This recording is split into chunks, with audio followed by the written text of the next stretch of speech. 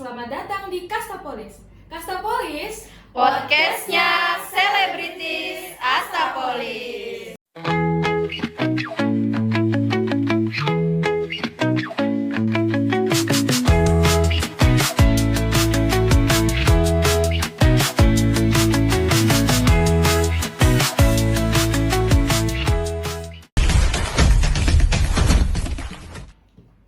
Assalamualaikum warahmatullahi wabarakatuh.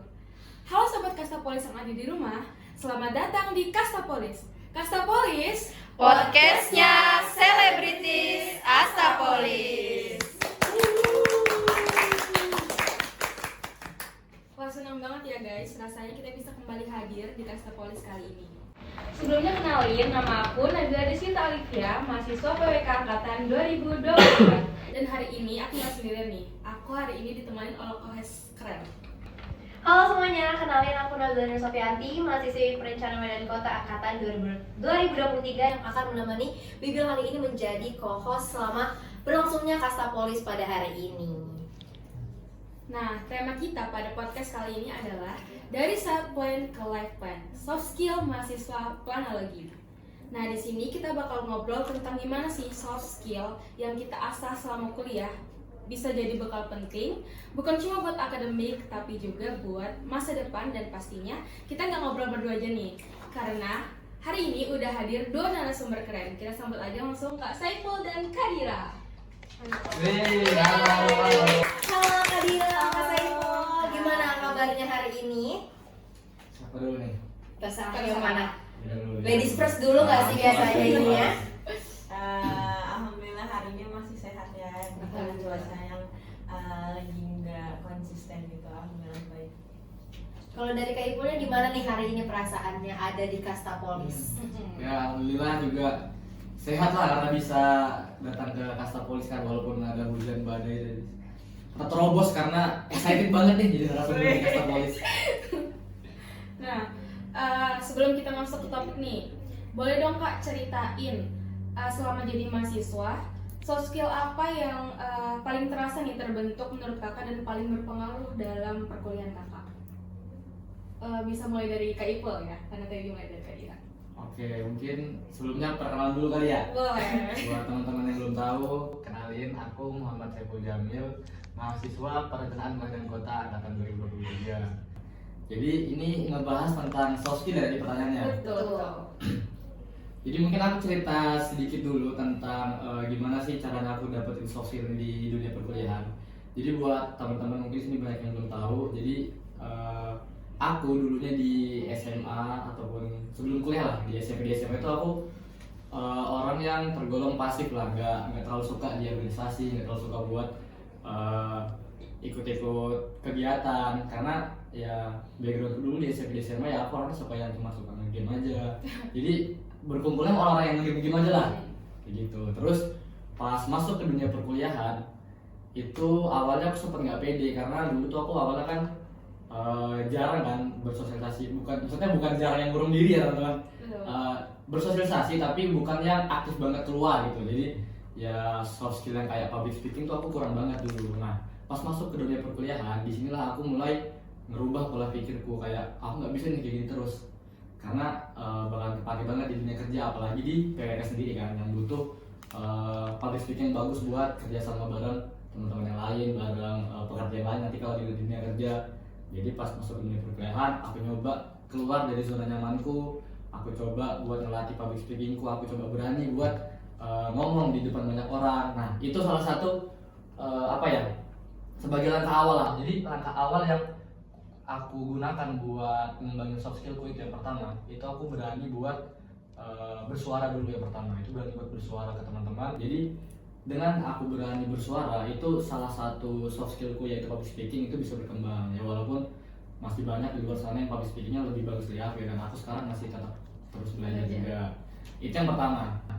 Terus yang kedua, yang soft skill yang kedua yang aku dapat di dunia perkuliahan ini itu leadership. Jadi karena dari ini sih, dari yang kecil dulu, dari mulai jadi ketua kelas itu kan sudah mulai memimpin suatu kelompok ya, dari ketua kelas, ketua kelompok. Nah dari situ tuh udah terbangun kayak dari diriku sendiri nih bisa nih buat mimpin suatu kelompok, dari kelompok kecil dulu. Dan akhirnya setelah aku coba banyak belajar tentang di dunia leadership, akhirnya aku coba berani diri untuk terjun ke ketua yang lebih besar, yaitu sekarang jadi ketua himpunan. Nah, itu soft skill kedua kan benar-benar aku rasakan dan berkembang lah aku dapat di dunia perkuliahan. Jadi pertama itu public speaking, yang kedua leadership.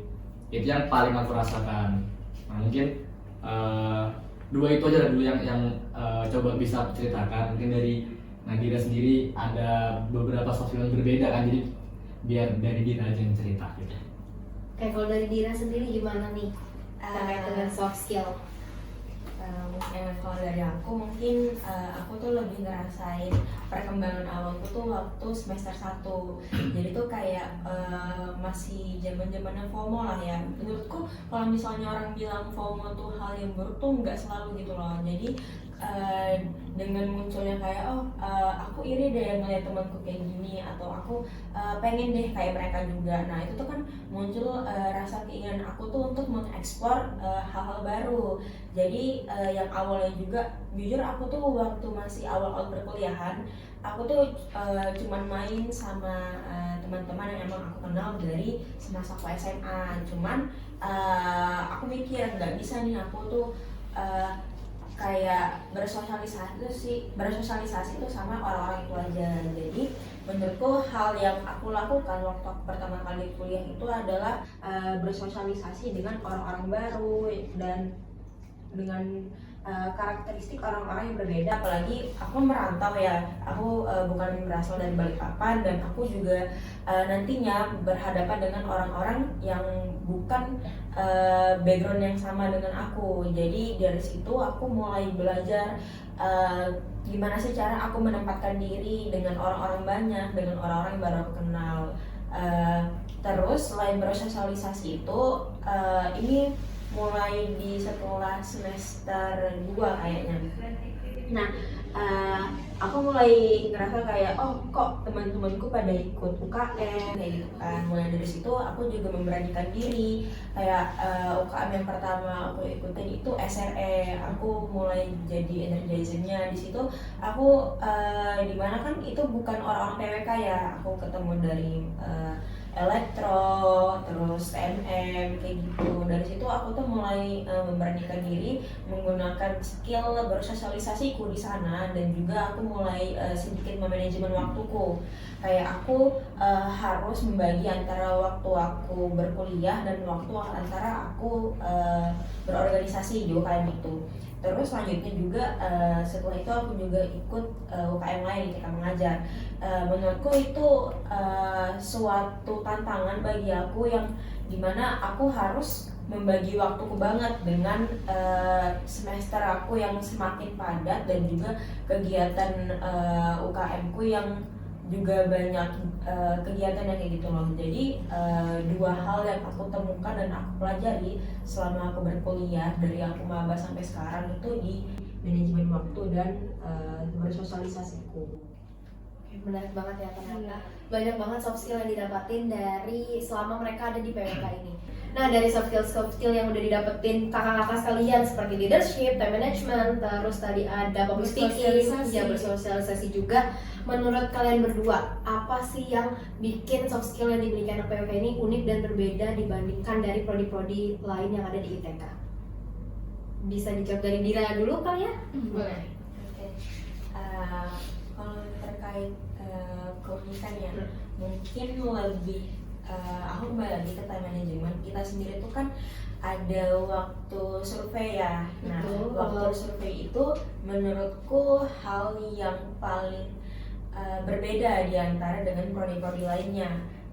Dimana kita tuh biasanya tuh kayak ada minggu yang dimana kita tuh sama sekali nggak ada di lingkungan kampus kayak gitu. Nah dari situ pasti banyak sekali kan yang dimana hal-hal ketertinggalan kita terkait entah itu misalnya yang masih ada TPB di kampus atau kegiatan-kegiatan di kampus yang harus kita tinggalkan terlebih dahulu untuk kita lakuin survei. Nah dari situ aku kayak membuat apa ya, ibaratnya buat plan di dalam diri aku, kayak ketika sebelum aku survei apa sih yang harus aku kejar terlebih dahulu sebelum aku meninggalkan lingkungan kampus, lalu apa yang akan aku kejar setelah aku selesai dari survei. Karena ketika aku survei itu tuh aku benar-benar harus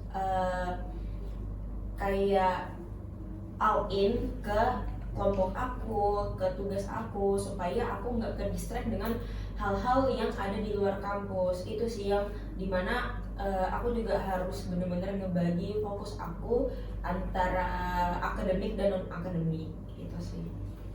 Nah, selanjutnya nih Kak, di Himpunan Astapolis ITK sendiri kan kita punya misi tuh, mewujudkan himpunan mahasiswa Astapolis yang berkarakter studio, sustainable, unity, dependability, integrity, dan obedient. Nah, menurut Kak Dira dan Kak Ipul nih, ada nggak kaitan antara nilai-nilai studio sama pengembangan soft skill yang kita bahas tadi? Soalnya nih Kak, kalau dipikir-pikir lebih detail lagi, setiap unsur studio tuh sebenarnya mencerminkan kemampuan personal kita yang penting banget nih buat calon planner di masa depan. Menurut Kakak gimana nih? Mungkin bisa dimulai dari Kak Ipul ya? Oke, jadi ini ngomongin studio ya. Iya, betul. Oke, jadi studio. Secara nggak langsung sebenarnya kita sebagai mahasiswa PWK, sebagai planner juga udah nerapin semua unsur dari studio. Mungkin kita bisa mulai dari sustainable dulu ya. Iya, betul. Jadi sustainable kita secara nggak langsung udah nerapin maupun di akademik ataupun non akademik. Contohnya di non akademik ya dari himpunan kita sendiri. Berkelanjutan. Untuk sekarang kan kabinet Aksantara nih yang lagi berlangsung. Nah, nanti di tahun depan kita udah nyiapin nih orang-orang yang bakal nerusin himpunan kita. Nanti yang pegang himpunan bakalan dari teman-teman PWK angkatan 2024 dan juga angkatan 2025. Nah, cara kita supaya himpunan ini bisa sustainable, bisa berkelanjutan, nanti bakal ada sistem yang namanya staff magang. Nah, dari staff magang ini teman-teman dari angkatan 25 itu bisa belajar gimana sih caranya berorganisasi, gimana caranya supaya bisa berkontribusi di himpunan. Nah, di bidang akademik kita juga bakal merencanakan tuh secara berkelanjutan. Contohnya dari kita studio bakal pergi seminggu buat survei. Setelah survei kita bakal analisis kan, kita bakal buat fakta analisa, kita analisis misalkan sistem dari transportasi kita analisis. Nah, di saat bab rencana itu kan kita pasti merencanakannya secara berkelanjutan ya, nggak mungkin cuma di tahun itu aja, walaupun kita mungkin punya datanya di 5 tahun yang sekarang. Nah, gunanya kita merencanakan kan supaya kita bisa ngembangin nih infrastruktur di wilayah yang kita ambil supaya bisa berkelanjutan, nanti bisa dipakai di tahun-tahun mendatang. Nah, itu salah satu contoh dari studio, yaitu sustainable. Lalu yang kedua ada unity, kesatuan. Ini yang paling secara langsung paling kerasa banget di kita, kesatuan. Kita bersatu, kayak contohnya kita di semua mata kuliah di PWK kan banyak yang berkelompok ya. Contohnya lagi yang kita ambil contoh lagi studio yang paling besar. Di studio kita satu kelompok mungkin ada terdiri dari 10 orang. 10 orang ini yang awalnya kita nggak kenal, kita bakalan hidup bareng selama seminggu. Kita masak bareng, makan bareng, kita survei bareng-bareng, kita capek bareng-bareng, ya senang bareng, ada kelai-kelainya. Tiap seminggu sekali kerkom kah apa. Nah, itu udah mencakup kesatuan karena dari yang awalnya kita nggak kenal nih, dari berbagai kota, kayak misalkan di kelompokku ada yang dari Samarinda, ada yang dari Tenggarong, ada yang dari Berau misalkan. Nah, itu mencakup kesatuan tuh, yang awalnya kita nggak kenal jadi kenal, jadi bekerja sama, jadi saling tahu, kita bakalan bareng terus untuk menyelesaikan tugas. Nah, itu mencakup kesatuan karena di dunia kerja kita juga bakal nggak lepas dari yang namanya kerjasama. Kita bakalan kerjasama sama yang prodi sipil sampai di arsitektur buat ngebangun, buat rencanain kesatuan. Oke, yang ketiga itu ada dependability.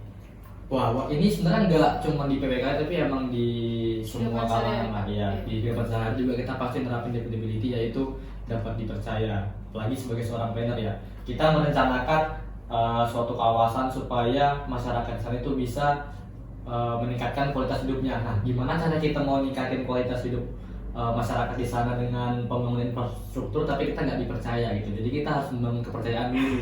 Kayak kita datang survei, kita studio, kita datang survei, kita pasti minta izin dulu dong. Kita minta izin ke RT, kita minta izin ke kelurahan supaya orang-orang di sana itu bisa percaya sama kita. Kalau misalkan kita ini di sana lagi ada studi mau analisis, ada kebutuhan buat kuliah. Nah, dari situ udah nerapin yang namanya dependability. Jadi masyarakat sana dapat percaya sama kita, dapat kepercayaan dari kita jadi enak buat menjalankan apa yang mau kita kerjakan gitu. Nah, teman-teman, dari Kak Ipul sendiri kan tadi udah menjelasin nih unsur-unsur penting dalam studio yang berkaitan sama calon planner, yaitu sustainable, unity, dan dependability. Mungkin dari Kak Dira bisa melanjutkan apa itu unsur-unsur penting dalam untuk kehidupan calon planner, yaitu integritas dan integrity dan obedience. Oke, terima kasih. Dan terima kasih Paul udah jelasin beberapa poin dari studio tadi. Selanjutnya itu ada integrity. Nah, ini tuh berkaitan dengan kejujuran, dimana sebagai seorang mahasiswa, terutama sebagai seorang planner, kita tuh harus bersikap jujur, dimana apa yang kita omongkan itu tuh bisa dipertanggungjawabkan dengan adanya kejujuran kita. Selain itu, nggak hanya jujur kepada diri kita sendiri, tapi kita juga jujur terhadap apa yang kita lakukan. Misal kita ngelakuin A ya, karena memang pada dasarnya itu adalah hal yang emang berkaitan sama A. Jangan justru apa yang kita lakukan itu tuh bertolak belakang dengan kenyataannya kayak gitu loh. Karena kesesuaian, keselarasan itu tuh penting dalam sebuah hidup planner, dimana kayak apa yang harus kita lakukan itu akan berdampak oleh banyak orang kayak gitu loh. Nah, sebenarnya itu obedient ini tuh adalah hal yang paling mendasar bagi seorang mahasiswa, dimana misal nih kamu baru masuk ke kampus, yang artinya kamu harus tahu aturan dan apa-apa yang harus kamu lakukan di lingkungan kampus, dimana kamu harus patuh, harus paham terhadap aturan yang berlaku. Nah, karena itu yang akan membentuk soft skill kamu. Dari kamu patuh, dari kamu tahu, dan dari kamu membaca kondisi lingkungan serta sosial kamu bisa beradaptasi dan kamu jadi tahu diri kamu yang seperti apa yang bisa kamu terapin, dan soft skill seperti apa yang kayaknya ini tuh bakal membangun karakter kamu di lingkungan tersebut. Itu sih kalau dari aku. Nah, Kak, dari banyaknya pengembangan karakter studio tadi nih, menurut Kakak karakter studio mana yang paling penting buat dikembangin setelah lulus nanti? Mungkin bisa dimulai dari Kak Ipul nggak sih, Kak? Kak Dira dulu nggak sih? Kak Kita Dira. ladies first. Oke, jadi yang paling perlu banget diterapin itu menurutku public speaking. Kenapa? Karena saat lulus nanti kita itu bakal bekerja sama dengan orang-orang yang udah berpengalaman banget dan orang-orang yang baru kita kenali nih. Nah, dari public speaking itu kan kita tuh tahu kan basic apa sih harus kita lakukan di public speaking, dimana kita omongnya tuh harus berbobot, terus juga ini tuh sejalan dengan nilai-nilai studio tadi kayak integrity, dimana dalam berpublic speaking kita tuh harus berbicara dan secara jujur, karena kalau enggak ya kita itu tuh bakal berdampak ke kita dan juga berdampak ke orang banyak. Misal nih kita ngomong A padahal aslinya B, dimana orang-orang yang mendengar public speaking kita, yang mendengar omongan kita itu gimana kalau nanti mereka justru percaya dengan apa yang kita omongkan padahal itu kan salah. Nah, jadi menurutku itu tuh berpengaruh banget setelah kita lulus nanti.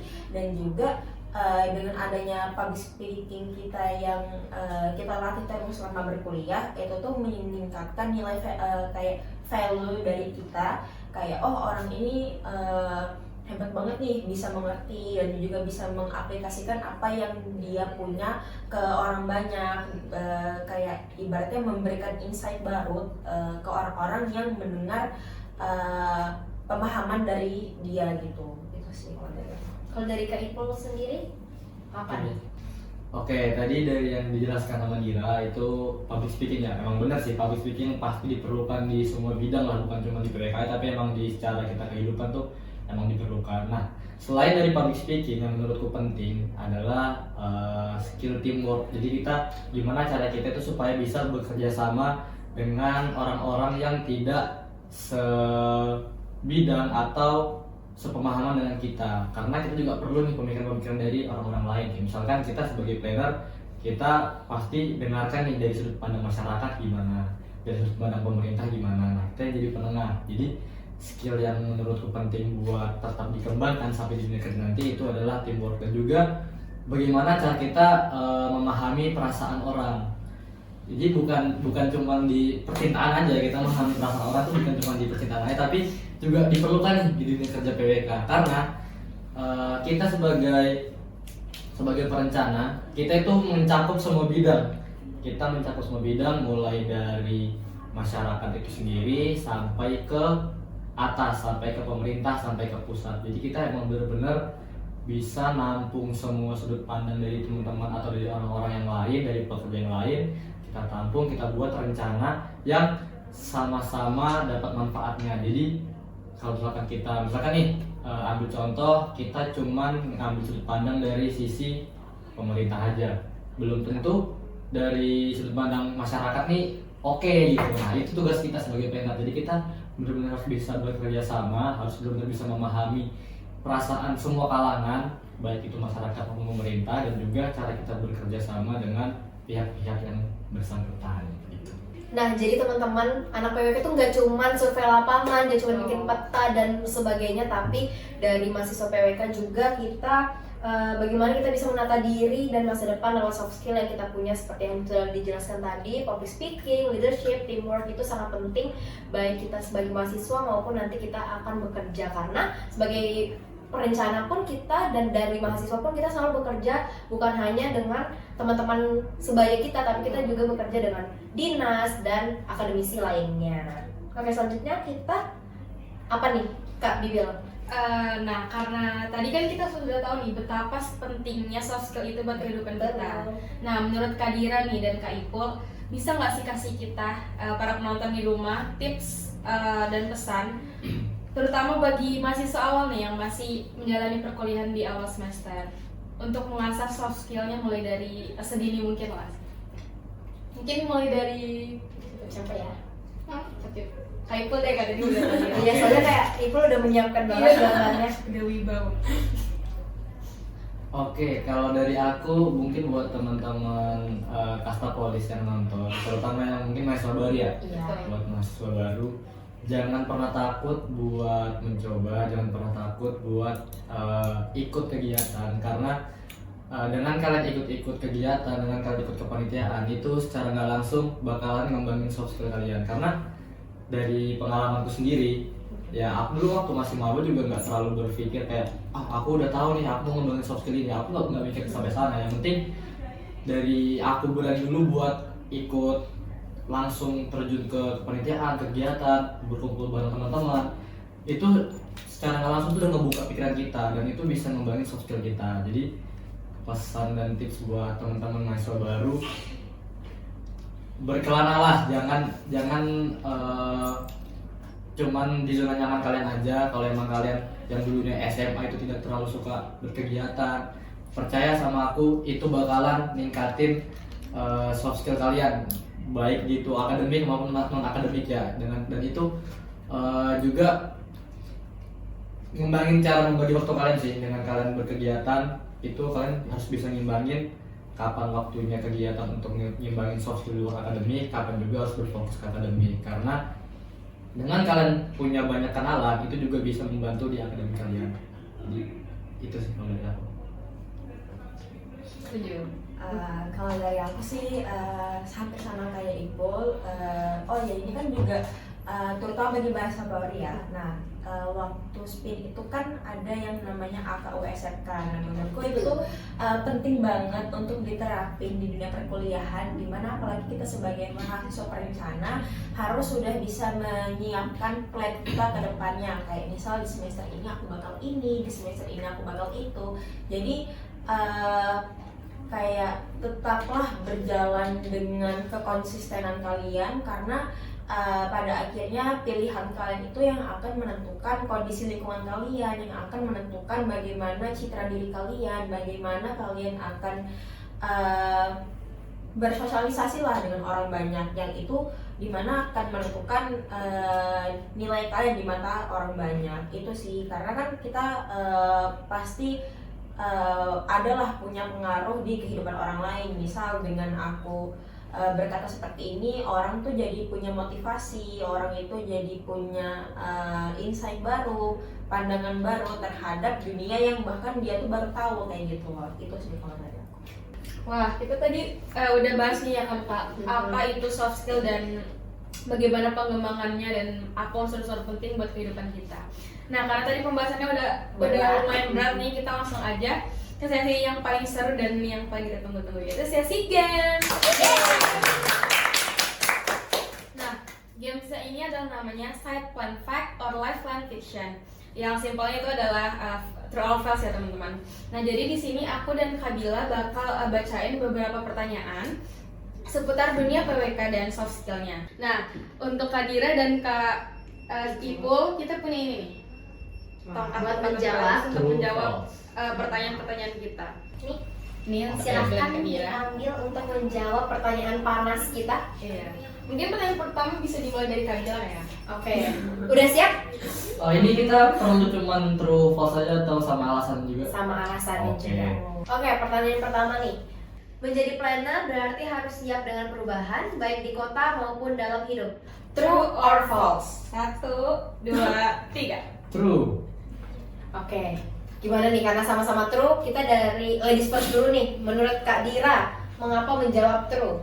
Oke, aku menjawab true karena sebagai seorang planner kan kita tuh merencanakan sebuah kota itu yang bisa atau berlaku hingga beberapa tahun ke depan. Jadi setiap perubahan yang ada, setiap ada hal-hal yang harus dipelajari itu kita tuh harus siap untuk mempelajari hal tersebut supaya itu tuh bisa berlaku dan bisa digunakan untuk saat itu maupun di masa yang akan datang. Itu sih kalau dari aku. Oke, kalau dari Kak Ipul sendiri, mengapa memilih true? True, karena kita nggak bisa nih melihat apa yang terjadi sekarang itu bakalan tetap berlaku sampai di tahun-tahun ke depan, baik di bidang akademik PWK maupun di dalam hidup ya. Contohnya di bidang akademik di PWK, kita sudah merencanakan dalam waktu 5 tahun kita bakalan gini. Tapi di tahun ketiga misalkan ada perubahan nih, ya kita harus menyesuaikan karena apa yang kita rencanakan di tahun sebelumnya belum tentu masih relevan di tahun-tahun ke depannya. Jadi kita perlu evaluasi, kita perlu monitoring dengan perubahan yang ada. Begitupun juga di hidup. Contohnya di hidup, waktu aku masih maba, aku nggak ada tuh merencanakan aku sampai jadi ketua himpunan tuh nggak ada ya. Aku improve, aku menyesuaikan diri karena dengan pengembangan skillku pada saat bergabung di himpunan dan aku percaya aku bisa menjadi ketua, ya aku improve nih, aku berani buat ngambil perubahan itu karena ya sesuai dengan visiku, sesuai dengan tujuanku ke depannya bakal mau ngapain gitu. Jadi true ya guys. Oke, kita lanjut ya ke pertanyaan kedua. Public speaking bukan hal yang perlu dikuasai anak planologi. True or false? False. Semangat nih ya, dia belum dihitung 1, 2, 3 langsung semua false. Kenapa tuh alasannya? Dari Kak Ipul dulu kali ya, tadi udah dari Kak Dira.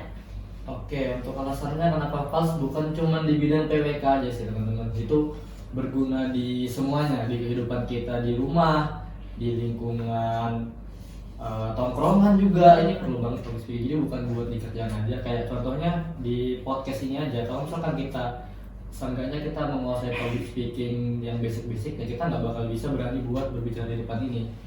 Kita juga nggak bisa buat memahami pertanyaan dari host dan kita menjawab sesuai pengalaman. Nah itu sangat-sangat diperlukan public speaking. Jadi buat di bidang PWK ataupun di bidang lainnya, public speaking di mana-mana itu perlu. Jadi pertanyaan tadi false.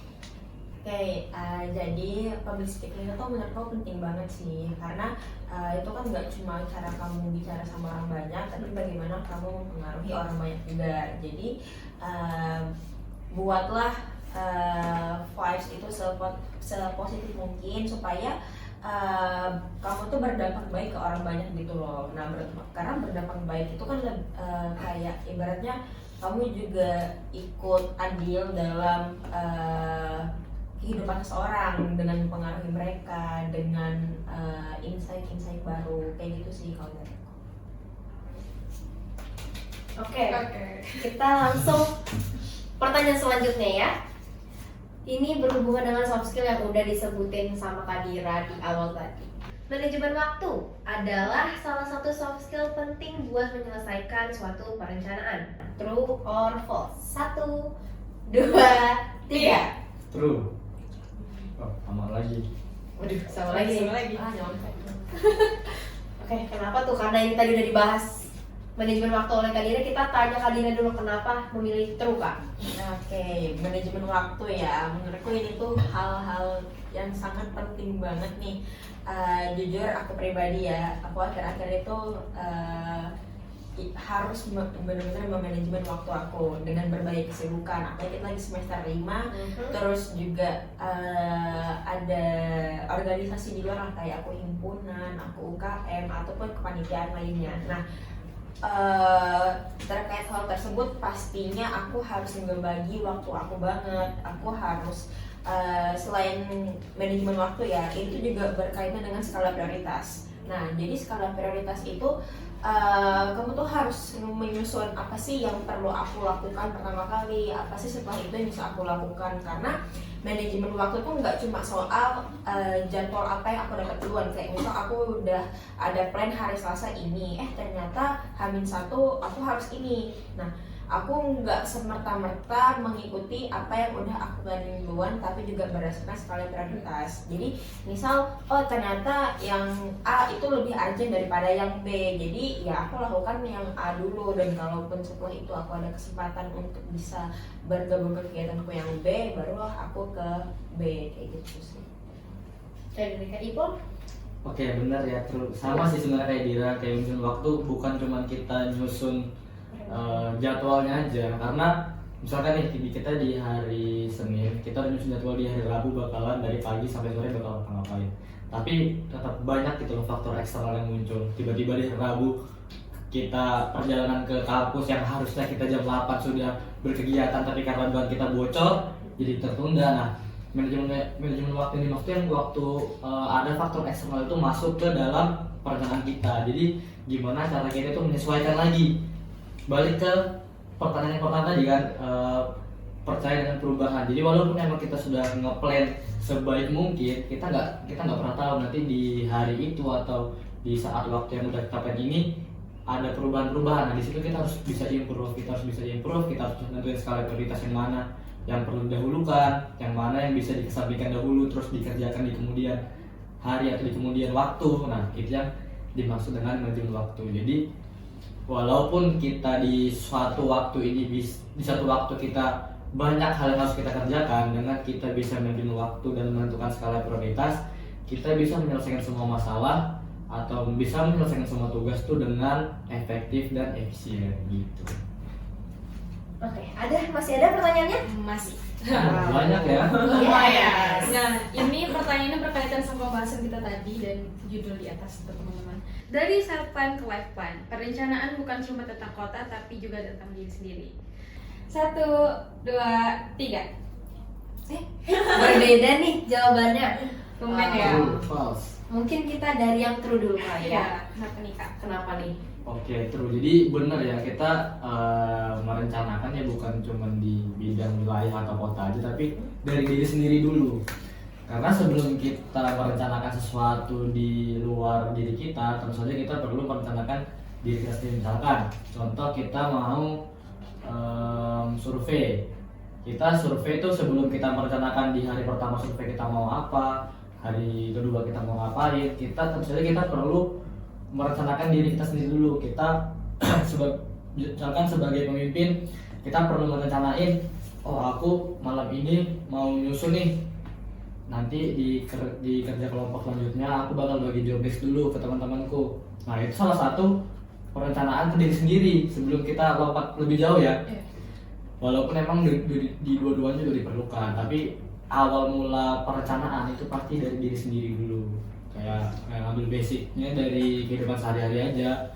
Kayak kita di hari Senin, jadwal kita gimana, nah itu kita rencanain diri sendiri. Kita mau bangun pagi jam berapa, kita mau mulai berkegiatan jam berapa. Misalkan di jam 8 ada kelas, nah kita berarti rencanain diri sendiri. Di jam 7 kita udah siap, kita udah OTW nih, udah perjalanan ke kampus. Nanti di makan siang kita mau makan siang apa, itu juga salah satu dari perencanaan untuk diri sendiri. Nah, dari perencanaan diri sendiri itu baru berpengaruh ke lingkungan sekitar, ke lingkungan kerja maupun juga di akademik gitu. Jadi itu. Nah nih, Kadira udah beda dia. Menurut Kadira kenapa nih? Sebenarnya ini tuh tergantung perspektif aja lagi ya.